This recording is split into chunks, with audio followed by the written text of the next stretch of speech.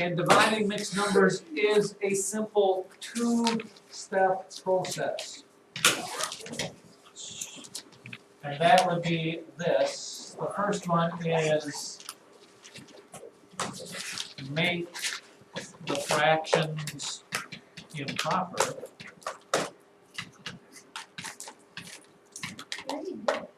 I know, it sounds familiar to me. And then step two, did we just not have an assignment on it? Did we do it? Yeah, we did No, we have a this. multiplication. What? We did multiplication. We did Which is the same as this, it's just different. And then number two, make sure that just like with normal division, you flip and multiply the second fraction, not the first one, but the second fraction.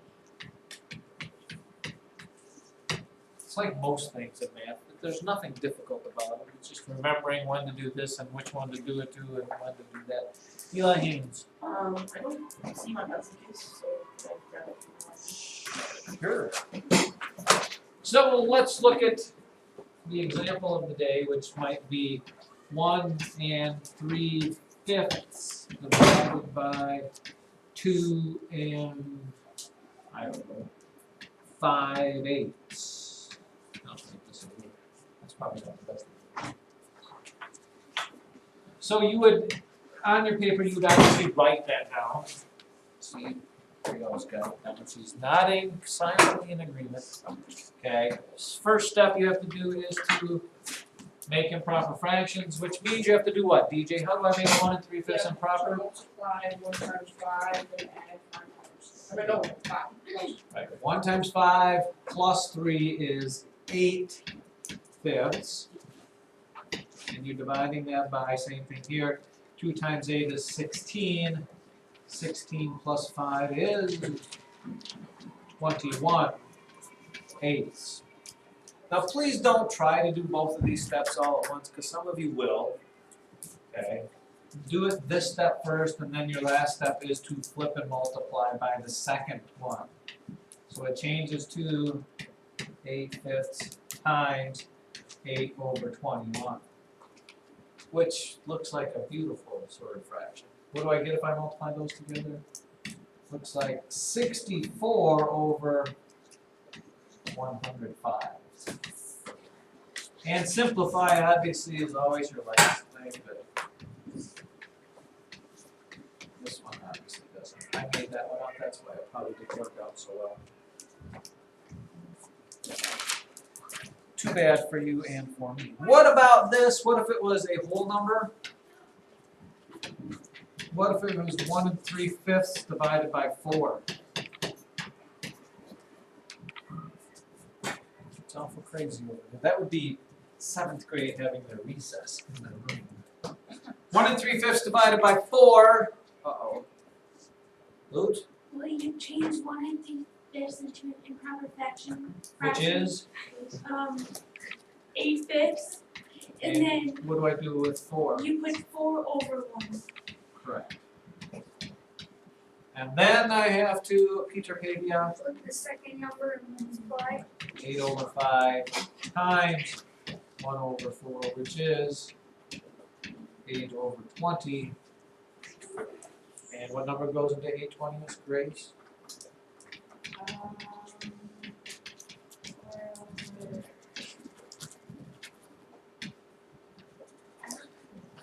Divide both by 4. Reduces down to 2/5.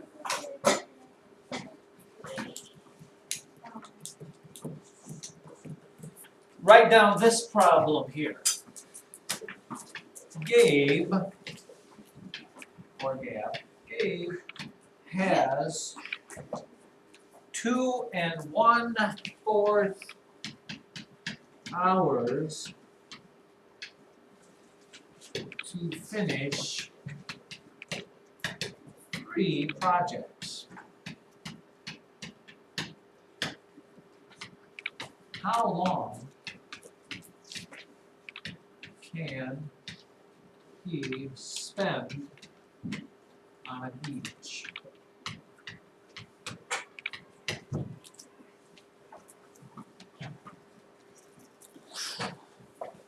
Now it is here again, children, where I caution you. Okay, it gets a little tougher to think about when it's fractions.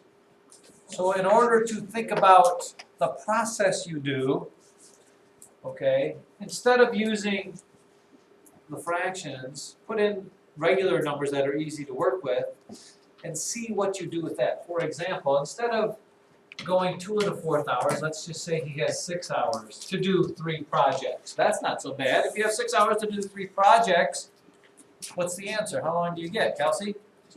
2 hours. So what did I do to do that? I took 6 and I divided it by 3. Well, those aren't the real numbers, but I still do the same process. The real number was I had 2 1/4 hours to do 3.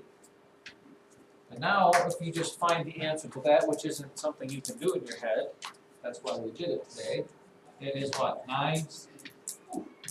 9, I'm gonna find someplace where the board's actually writing, 9/4, 9,